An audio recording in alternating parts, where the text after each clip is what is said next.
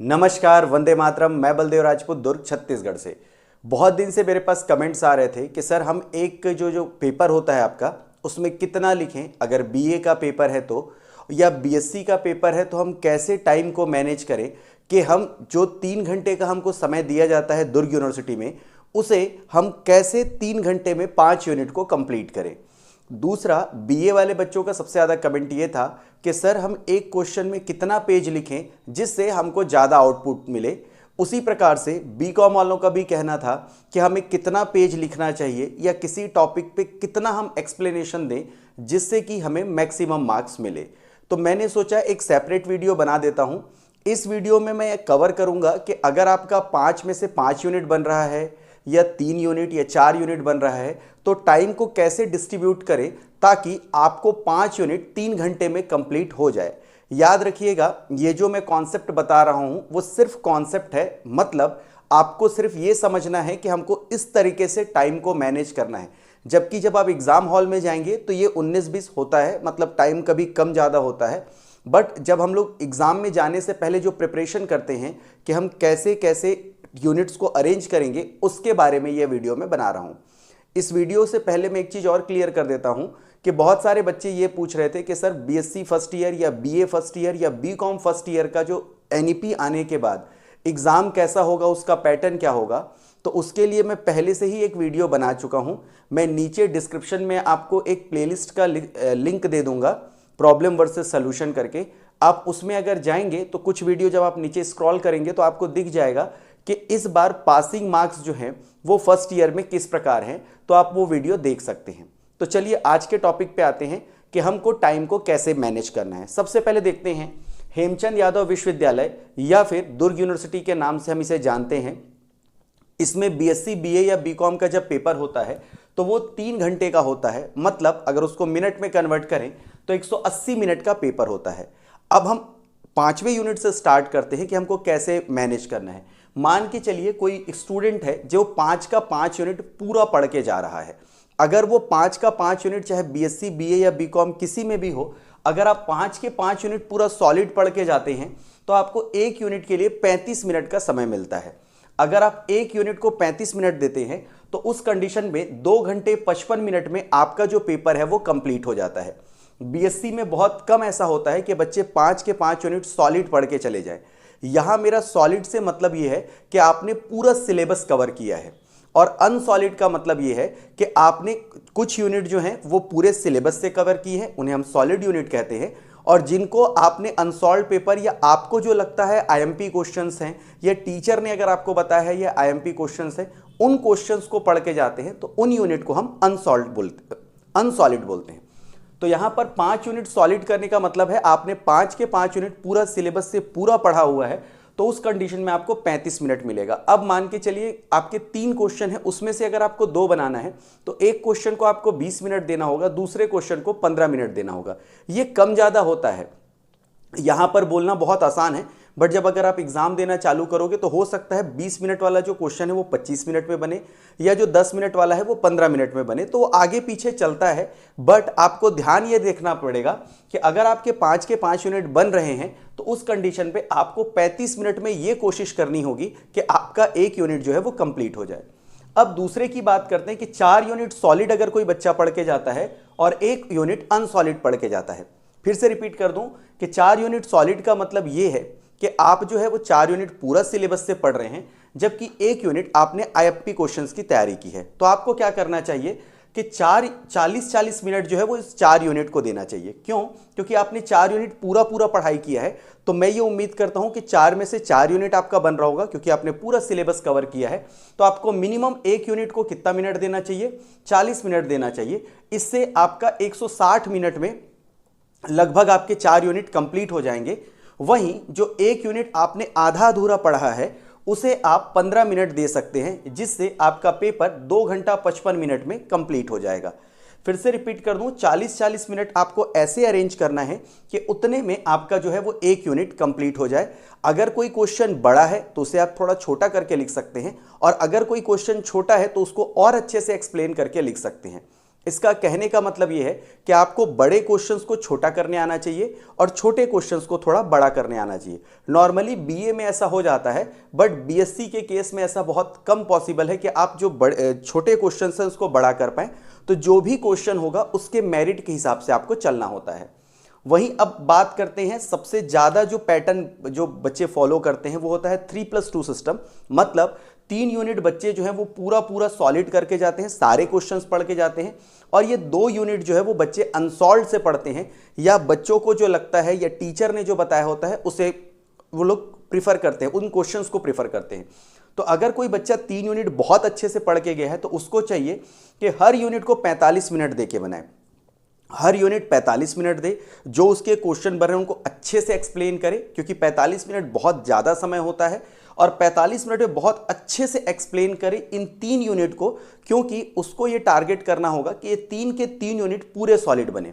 क्योंकि 50 नंबर का अगर पेपर होगा और अगर मैं 3 यूनिट सॉलिड बना लेता हूं तो उस कंडीशन में मेरे 30 मार्क्स वहां से हो जाते हैं।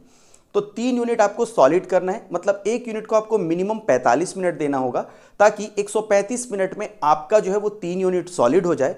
अब उसके बाद जो ये 2 यूनिट बच जाएगा, जिसे आपने आधा अधूरा पढ़ा हुआ है, या ऐसे क्वेश्चन जो आपके नहीं फंसे हैं ठीक से, उनको 20-20 मिनट में आपको देके कंप्लीट करना होगा, जिससे 2 घंटे 55 मिनट में आपका जो ये जो पैटर्न है, ये जो पूरा पेपर है वो कंप्लीट हो जाएगा।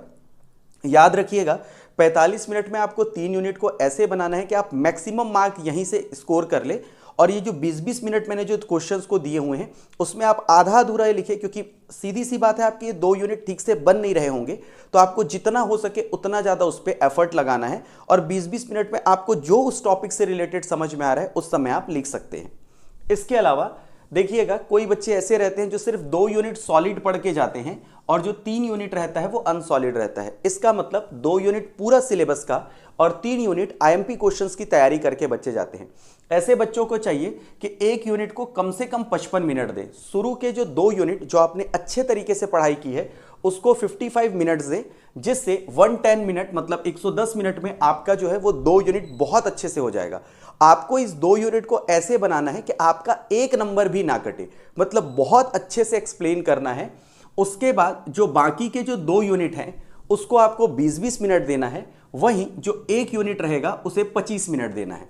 तो अगर आप ऐसे कैलकुलेट करेंगे एग्जाम को तो आपका टोटल जो है 2 घंटे 55 मिनट में ये पेपर कंप्लीट हो जाएगा। मैं फिर से रिपीट कर दूं कि ये 2 यूनिट आपको ऐसे बनाने हैं कि इसमें एक नंबर भी ना कटे। बाकी ये 2 यूनिट को आपको ऐसे बनाना है कि आपको कम से कम आधे मार्क्स मिले, और ये एक यूनिट जिसकी तैयारी आपने सबसे कम की होगी उसको आपको ऐसे बैलेंस करना है कि पूरा नंबर ना कट के कुछ ना कुछ तो आपको मिल जाए। इससे भी आप आराम से पास हो सकते हैं। इसके बाद हम लोग आते हैं 1+4। ऐसा बहुत कम बच्चे करते हैं और ऐसा करना भी नहीं चाहिए, क्योंकि इसमें रिस्क बहुत ज़्यादा होता है। मतलब आपने एक यूनिट ऐसा पढ़ा जो पूरा आपने अच्छे से पढ़ा है, बाकी 4 यूनिट आपने ठीक से पढ़ा ही नहीं है। अब ऐसा भी अज्यूम कर लेते हैं कि कोई बच्चा ऐसा है जिसने एक यूनिट जो है वो सिलेबस से किया है और बाकी जो है वो आईएमपी क्वेश्चंस को करके वो गया है। इस कंडीशन पे आपको क्या करना चाहिए, ऐसे बच्चों को एक यूनिट को 80 मिनट का समय देना चाहिए। मतलब 80 मिनट आपको उस पेपर को ऐसे बनाना है कि अगर ये 10 नंबर का हर यूनिट आता है दुर्ग यूनिवर्सिटी में, तो 10 के 10 नंबर आपको मिलने चाहिए। आपको उस एक यूनिट को ऐसे बनाना है। उसके अलावा जो बाकी के जो बचे हुए 4 यूनिट हैं उसको मिनिमम 25-25 मिनट देके आप उस टॉपिक्स के बारे में जितना कुछ भी जानते हैं आपको लिखना है। एटलीस्ट आपको जब भी आप पेपर लिखें तो आपको एक चीज़ ध्यान रखनी है कि आपको ब्लैंक पेपर पे नंबर बिल्कुल नहीं मिलेगा।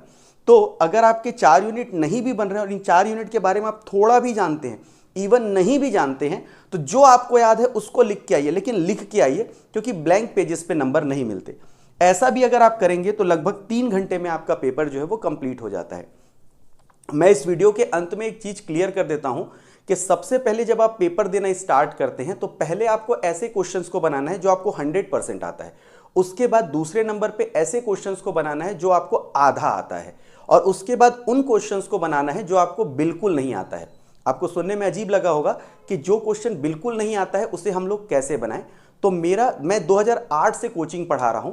मैंने एक चीज नोटिस किया है कि जो बच्चे उस टॉपिक से रिलेटेड अगर कुछ नहीं भी जान रहे हैं, लेकिन उन बच्चों ने उस क्वेश्चंस का हेडिंग लिखा और हेडिंग लिखने के बाद जो उनको याद था उस यूनिट के बारे में उसको भी लिखा है, तो भी उनको नंबर दिए गए हैं। एटलीस्ट अटेम्प्ट जो किया है बच्चा, उसको भी कुछ ना कुछ नंबर टीचर्स सिंपैथी में दे देते हैं।